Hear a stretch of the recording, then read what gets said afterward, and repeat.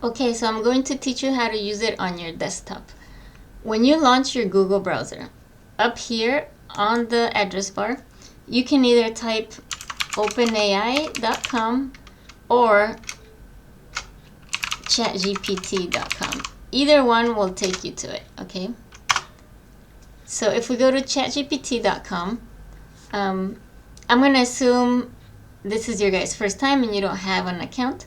So normally I'm going to click sign up instead of login. Normally I just log in. But this is what the sign up page looks like. You put your email address up here, unless you have a Gmail. If your email ends with @gmail.com, then you just click continue with Google. And then there's continue with phone, with Apple, with Microsoft accounts. I would suggest just use your email. Don't use your phone. Because if you forget, if you lose your phone, it's probably going to send you text messages, and now you're doing the whole two-step verification, and it just gets more complicated. So let's just use our email. I'm going to use my Google, and then I choose my Gmail account, and that's what the landing page looks like. So now we're going to start prompting. So what is a prompt? It's basically a question. It's you giving the computer an instruction. It's a set of instructions so that you get the answer that you want. So here's some simple examples that we have. Help me write a thank you note to my doctor. What's a simple recipe for chicken soup? How do I video call my grandchildren? You can ask ChatGPT how to install software if you'd like. Like if you buy a new Alexa device and you're like, how do I install Alexa? ChatGPT will walk you step by step through it. Give me some gentle exercises for seniors. Help me understand my medication schedule. And then ChatGPT will ask you questions that you simply have to answer back, and it'll help you. You have to help it help you, okay? So the prompts have to be clear and specific. Don't be vague. For example, help me write a birthday card for my 8-year-old grandson who loves dinosaurs, right? Now you're being very specific. It'll know it's a he, it knows his age, and it knows what he likes. Or what are 3 exercises I can do while sitting in a chair? That's very specific. So these are very confusing prompts if you just say, help me write something. Like if you tell that to a person wouldn't know what to help you with, right? Or if you just write words like exercise. Are you telling ChatGPT to exercise? Are you telling it that you want to exercise? Food stuff. Give me food stuff, right? That's terrible. You have to imagine it's a real person and you're talking to a real person. Tips for better conversations. Talk to it like it's a helpful friend.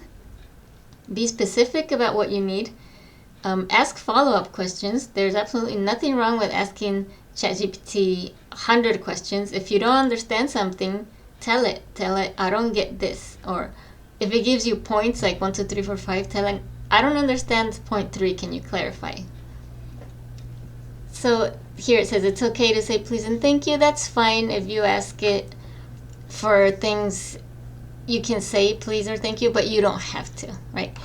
This bullet point here is just to let you know that it's okay if you use manners, but it's not necessary. Okay, I don't actually, because it takes a little bit more energy for ChatGPT to answer back and say, you're welcome, would you like anything else?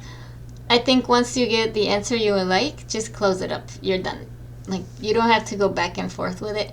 ChatGPT is designed to keep you engaged. Like, it never wants to let you go. Once it's done giving you an answer, it's going to say, would you like me to turn this into a PDF? Would you like me to turn this into a video? Would you like to make images of all the bullet points I gave you, right? Like, it's always going to suggest more and more and more. And honestly, if you don't need it, just close it up. You don't have to say no thank you, because then it'll answer, okay, is there anything else I can do for you? And it's just wasting energy. Safety reminders. Never ever share passwords or personal ID numbers with ChatGPT or anything or anybody. Never. Don't share your credit card. Don't share banking information. Don't share social security numbers. Don't share photos of it, of your ID or social. Always check medical advice with your doctor as well. ChatGPT is not a doctor, but it can give you some good suggestions if you have symptoms about something. But don't let it, replace a real doctor. And always remember, AI is great for information, but you are the one ultimately that has to make the decisions. So there you go. You're ready to start. Here, let's jump right into ChatGPT so I can show you some examples. So here's ChatGPT, and now let's go with the recipe one. Let's say, give me a simple recipe for chicken soup. It's gonna give you the ingredients and then the instructions.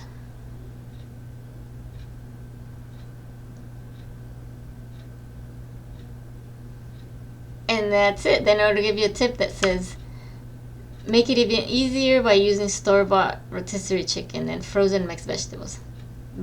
Gosh, with that you just basically mix it and you don't even have to cook anything.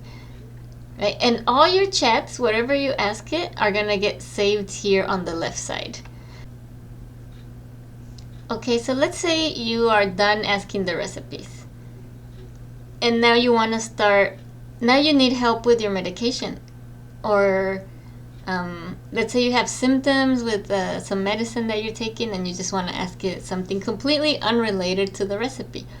So you go up here to the left and you can click New Chat. And that's where you start something from scratch, and your older chats will get saved here on the left side. So let's say that you have a stomach ache. I'm taking Prilosec. Is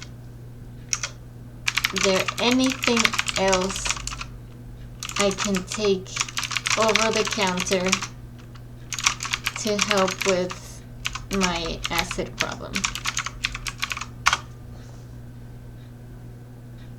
Sorry you're not feeling well. It always tries to be super nice. And it says, you're taking Prilosec, which is a pump inhibitor. It reduces stomach acid for immediate relief. You can take antacid like Tums, Rolaids, Milanta. There's H2 blockers that work in 30 to 60 minutes like Pepcid or Tagamet. See, so it tells you things that you can go and buy right now at the grocery store. And then it gives you tips like don't take Pepcid and Prilosec at the exact same time. Take one at night and one in the morning. Avoid NSAIDs like ibuprofen or aspirin because they can worsen acid issues. Stick to a bland diet. And then it says like bananas, rice, applesauce, toast, oatmeal. See a doctor if you have sharp pain, vomiting, black stools. And then see how it says here, would you like help figuring out when and how to take Pepcid with your Prilosec? And then you can just continue the conversation and be like, yes, or no thanks, or that's it. What I do, if I'm done, I do not reply no thank you because then it's just wasting time, right? Then you're just going to go back and forth with mannerisms that have nothing to do with the conversation. So I just close it right now and I'd be done with that conversation. Now, if you don't want to start a new conversation, you don't have to. And you can jump from topic to topic in the same chat. The only reason I like to start new ones is so I have them saved. But if it's something you're just asking one time that you're not going to go back to, it's not something you're going to revisit, then you can just continue in the same conversation. Like right here in the same chat box. Let's say I say, what are some good tips for helping with my arthritis? And it's going to give you the same answers that have nothing to do with the prior conversation. It does have memory, so sometimes if it's suggesting you medications, ChatGPT will say, oh, but you're taking Prilosec, so be careful with this one. Like, sometimes it does remember, so it's actually even better if you keep it all in one conversation. Try OTC, means over-the-counter medicines. So there it gives you some supplements that you can take: turmeric, omega-3s, glucosamine, and chondroitin. Mixed evidence, but worth trying. ChatGPT can read the internet, so if it has mixed reviews, like this one says mixed evidence, but it's worth trying, it probably read somewhere in a forum somewhere a person saying this has worked for me, even though it's not written maybe by a doctor or it's not in the official medical website. ChatGPT will pick up things from forums and from everyday regular people that comment on things. Now, if you want to create an image, it also does that. Let's say I do amigurumi, which is crocheting, right? So let's show you an example. Can you show me, actually not can you, just tell it to do it. Create me an image of a amigurumi dragon in pastel colors. Now, here's something interesting. If you're not very good at prompting, you can tell ChatGPT to give you the prompt. I know it sounds weird because you're going to use it with himself, but this is very helpful if you are going to use image creators and other AIs that create videos and other AIs that create music. You can get the prompts for those on ChatGPT. Like, for example, I really like Bing. Bing Image Creator is pretty cool. But sometimes I get the prompts wrong, so I come back to ChatGPT and I write things right here. And actually, while this is creating, let me show you. I'll type Bing Image Creator, and then it'll show here, free AI image generator. I really like Bing because it gives you 4 or 5 images at once. So let's say bluey cake with happy birthday written. Now it doesn't get text too good. If you want to put her name on the cake, it's a 50-50 shot it might work. Let's say happy birthday Ellie, just to see if it works. But I've had some crazy results when it comes to creating text. And the good thing is that it will give you 4 images at once. That's why I like Bing, because almost all of them... Oh, look. Oh, so it doesn't know Bluey, the cartoon. It made Stitch. By the way, ChatGPT does not like copyrighted things. This one, it did much better.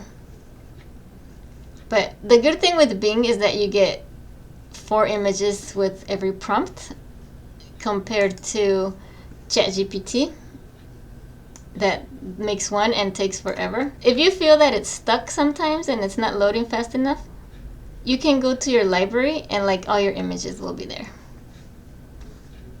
When you have the free plan, you can't make that many images.